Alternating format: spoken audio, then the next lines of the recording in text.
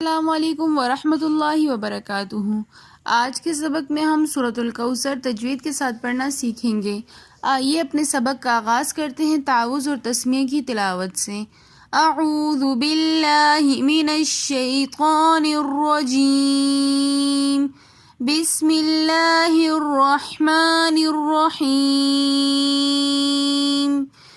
اِنَّا اعطیناک الکوثر۔ اِنَّا میں نون مشدد کی وجہ سے ہم نے غنہ کر کے پڑھا۔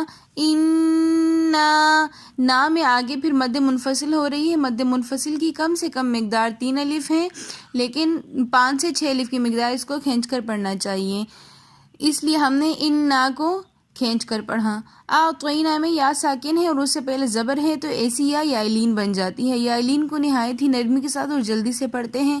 اعطینا، اگر یہی یا ساکن ہوتی اور اس سے پہلے زیر ہوتا تو پھر یہ یا مدہ بن جاتی، تو اس کو ہم پھر اس صورت میں 1 الف کی مقدار کھینچ کر پڑھتے ہیں، لیکن یہاں پر یا مدہ نہیں ہے، یا لین ہے، تو اس لیے ہم اس کو نرمی کے ساتھ اور جلدی پڑھیں گے بغیر کھینچے۔ اعطینا، یا کے بعد پھر آگے نون کے اوپر کھڑا زبر ہے تو اس لیے ہم نے اعطینا نون کو ہم نے 1 الف کی مقدار کھینچ کر پڑھا۔ پھر کاف کو ہم نے لام کے ساتھ ملا کر پڑھا۔ درمیان میں حمزۃ الوصل ہے جو درمیانے کلام میں آنے کی وجہ سے گر جائے گا، اس حمزہ کو ہم نہیں پڑھیں گے۔ پھر کل کو میں جو واو ساکن اور اس سے پہلے زبر ہے تو یہ واو بھی واولین بن جاتی ہیں۔ واولین کو بھی ہم نہایت ہی نرمی کے ساتھ اور جلدی سے پڑھتے ہیں بغیر کھینچے۔ اگر یہی واو ساکن ہوتا اور اس سے پہلے پیش ہوتا تو واو مدہ بن جاتا، پھر ہم اس کو 1 الف کی مقدار کھینچ کر پڑھتے ہیں۔ کوثر میں رو کے اوپر زبر ہے تو اس لیے ہم اس رو کو موٹا پڑھیں گے، لیکن حالت وقف میں تو رو ساکن ہو جائے گی، تو پھر ہم رو سے پہلے والی حرکت کو دیکھیں گے۔ رو سے پہلے زبر ہے سا کے اوپر تو اس لیے ہم حالت سکون میں بھی رو کو موٹا کر کے پڑھیں گے۔ آیت کو دوبارہ ریپیٹ کر لیتے ہیں۔ اِنَّا اعطیناک الکوثر فَصَلِّ لِرَبِّکَ وَانْحَرْ۔ فَصَلِّ میں لام کے اوپر تشدید ہے تو اس لیے ہم صاد اور لام کو ملا کر پڑھ رہے ہیں۔ مشدد حرف کا قاعدہ ہے کہ وہ اپنے سے پہلے متحرک حرف کے ساتھ ملا کر پڑھا جاتا ہے۔ اگر یہاں پر لام سے پہلے صاد ساکن ہوتا تو پھر ہم فا کے ساتھ لام کو ملا کر پڑھتے۔ یہ آپ کو سمجھانے کے لیے بتایا جا رہا ہے کہ مشدد حرف کبھی بھی ساکن حرف کے ساتھ نہیں پڑھا جا سکتا۔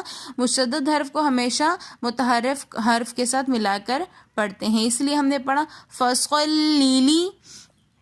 پھر آگے با مشدد ہے تو اس لیے ہم رو کو با کے ساتھ ملا کر پڑھیں گے، اور رو کے اوپر زبر ہے تو اس لیے اس رو کو ہم موٹا پڑھیں گے فَصَلِّ لِرَبِّکَ، لیکن رو کے ساتھ ہم لام کو موٹا نہیں کریں گے۔ اکثر لوگ یہی غلطی کرتے ہیں کہ رو کو موٹا پڑھنے کے چکر میں لام کو بھی موٹا کر دیتے ہیں، تو لام کو ہم نے موٹا نہیں کرنا، صرف رو کو ہم نے موٹا کر کے پڑھنا ہے۔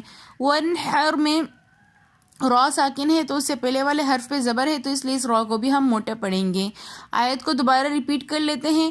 فَصَلِّ لِرَبِّکَ وَانْحَرْ إِنَّ شَانِئَكَ هُوَ الْأَبْتَرُ۔ ان میں نون مشدد ہونے کی وجہ سے ہم نے غنہ کر کے پڑھا۔ ان شا ہم نے 1 الف کی مقدار اس وجہ سے کھینچ کر پڑھا کیونکہ شین کے ساتھ الف مدہ ہے۔